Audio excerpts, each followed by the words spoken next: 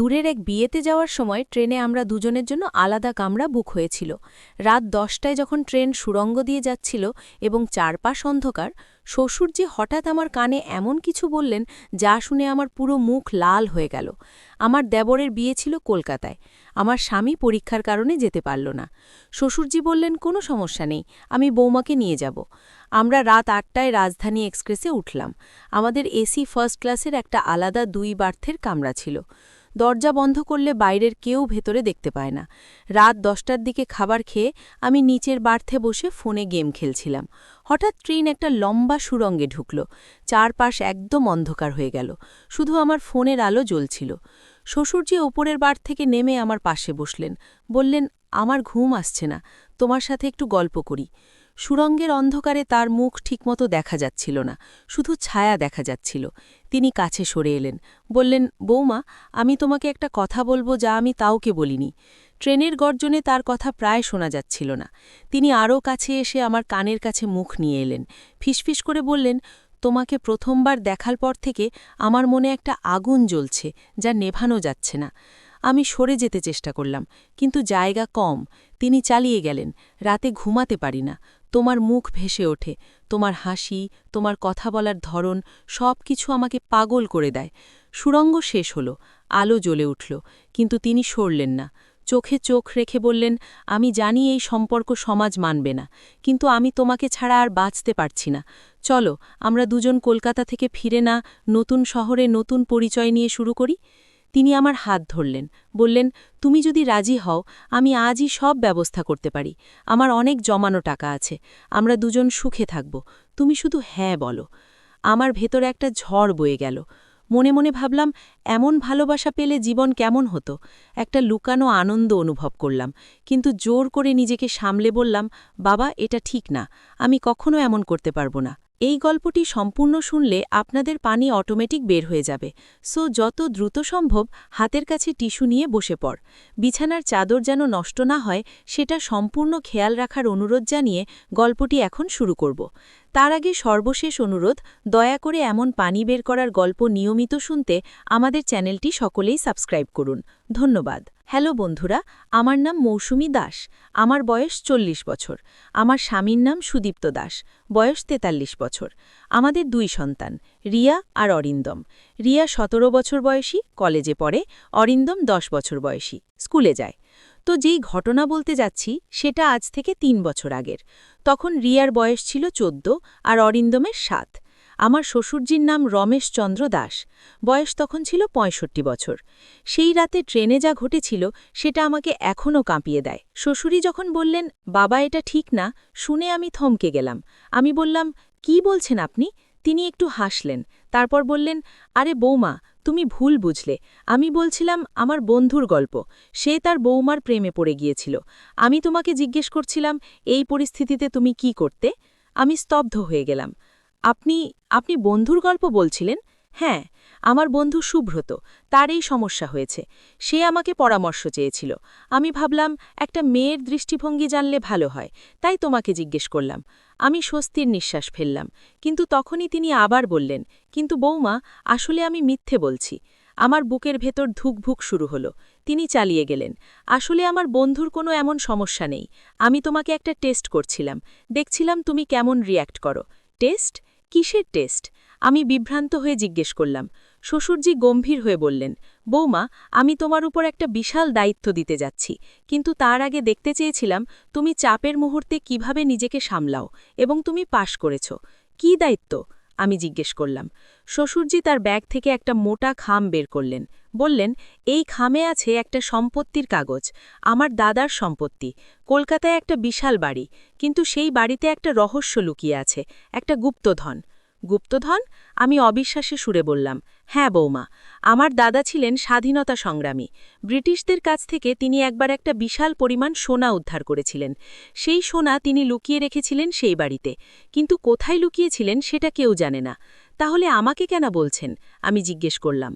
শ্বশুরজি আরেকটা ছোট খাম বের করলেন, বললেন, এই খামে আছে আমার দাদার ডায়েরির কিছু পাতা। এখানে কিছু ইঙ্গিত আছে। তুমি এই বিয়েতে যাওয়ার ছলে সেই বাড়িতে কিছুদিন থাকবে, চুপচাপ খুঁজবে, কাউকে টের পেতে দেবে না। আমি ভয় পেয়ে গেলাম। কিন্তু যদি কেউ ধরে ভাবে? তাই তো আমি তোমার টেস্ট নিলাম।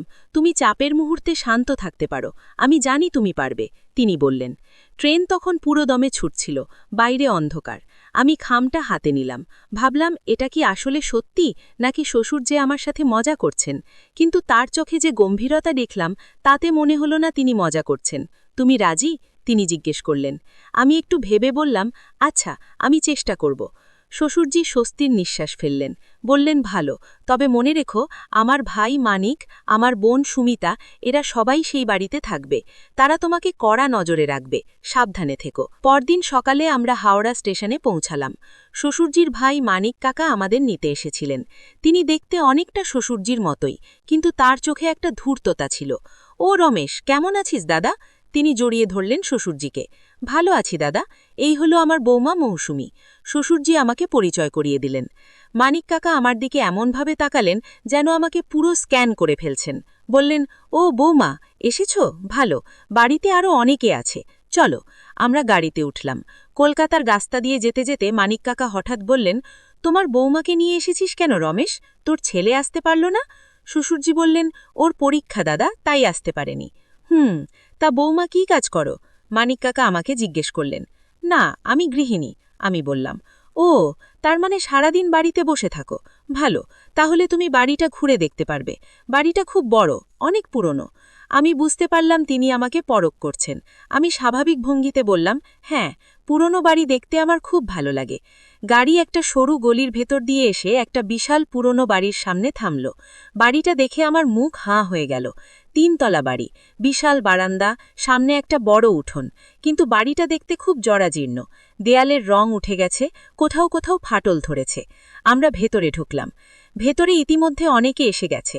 সবাই একে অপরের সাথে গল্প করছে, হাসছে, কিন্তু আমি লক্ষ্য করলাম সবার চোখে একটা অদ্ভুত ভাব, যেন সবাই কিছু একটা খুঁজছে। শ্বশুরজির বোন সুমিতা পিসি আমাকে দেখে বললেন, ও বৌমা, এসেছ? ভালো, চলো তোমার ঘর দেখিয়ে দিই। তিনি আমাকে দোতলায় একটা ঘরে নিয়ে গেলেন। ঘরটা বেশ বড়, কিন্তু ভেতরে খুব কম আসবাবপত্র। একটা পুরনো খাট, একটা আলমারি, একটা টেবিল। এই ঘরটা তোমার, আর রমেশ থাকবে পাশের ঘরে, সুমিতা পিসি বললেন। কিন্তু আমরা একসাথে থাকতে পারি না? আমি জিজ্ঞেস করলাম। না বাবা, বাড়িতে অনেক মানুষ, সবার জন্য আলাদা ঘরের ব্যবস্থা করতে হয়েছে, তিনি বললেন। আমি বুঝলাম এটা ইচ্ছেকৃত। তারা চায় না আমরা একসাথে থাকি, যাতে আমরা কোনো পরিকল্পনা করতে না পারি। সন্ধেই সবাই মিলে বসলাম, বিয়ের আয়োজন নিয়ে আলোচনা হচ্ছিল। কিন্তু আমি লক্ষ্য করলাম মাঝে মধ্যে কেউ না কেউ উঠে যাচ্ছে, বাড়ির বিভিন্ন অংশ ঘুরে আসছে। রাতে খাওয়ার পর আমি আমার ঘরে গেলাম। দরজা বন্ধ করে খামটা খুললাম। ভেতরে ছিল কয়েকটা পুরনো হলদে কাগজ, হাতে লেখা, কালি দিয়ে। প্রথম পাতায় লেখা ছিল, যে খুঁজবে সে পাবে, কিন্তু শুধু সূর্যের আলোয়। দ্বিতীয় পাতায়, 3 তলার সবচেয়ে উঁচু জানালা থেকে যা দেখা যায় সেখানেই লুকিয়ে। তৃতীয় পাতায়, ভোর 5টায় সূর্য যেখানে প্রথম আলো ফেলে। আমি কাগজগুলো পড়ে ভাবতে লাগলাম, এগুলো কি ধাঁধা? আমি কিভাবে এগুলো মিলিয়ে সোনা খুঁজব? পরদিন ভোরবেলা আমি উঠে পড়লাম। ঘড়িতে তখন 4:30। আমি চুপচাপ বাইরে এলাম। বাড়িতে সবাই তখনও ঘুমোচ্ছে। আমি 3 তলায় উঠলাম। সিঁড়িগুলো পুরনো, পায়ের নিচে কটকট শব্দ হচ্ছিল। আমি যতটা সম্ভব আস্তে আস্তে উঠলাম। 3 তলায় গিয়ে দেখলাম অনেকগুলো ঘর, সবগুলো বন্ধ। আমি একটা একটা করে দরজা খুলতে লাগলাম। একটা ঘরে ঢুকে দেখলাম একটা বড় জানালা। জানালা দিয়ে বাইরে দেখা যাচ্ছে। আমি জানালার কাছে দাঁড়ালাম। তখন আকাশে ভোরের আলো ফুটছে। হঠাৎ আমি দেখলাম সূর্যের প্রথম রশ্মি এসে পড়ল উঠোনের একটা নির্দিষ্ট জায়গায়। সেখানে একটা পুরনো কূপ। আমি উত্তেজিত হয়ে পড়লাম।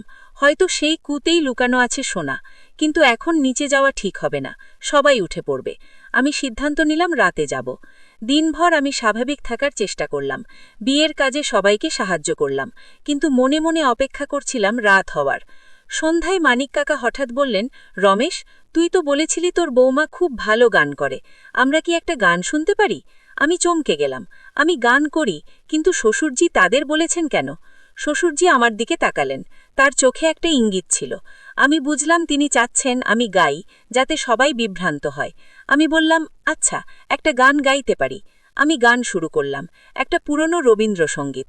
আমার গলা ভালো, সবাই মন দিয়ে শুনছিল। আমি গাইতে গাইতে লক্ষ্য করলাম শ্বশুরজি চুপচাপ উঠে বাইরে চলে গেলেন। গান শেষ হলে সবাই তালি দিল। সুমিতা পিসি বললেন, বাহ বৌমা, তুমি তো খুব ভালো গাও, আরও একটা গান গাও না। আমি আরেকটা গান গাইলাম, এবার একটা আধুনিক গান। গান শেষে আমি দেখলাম শ্বশুরজি ফিরে এসেছেন। তিনি আমার দিকে চোখ টিপলেন। রাতে খাওয়ার পর সবাই যার যার ঘরে চলে গেল।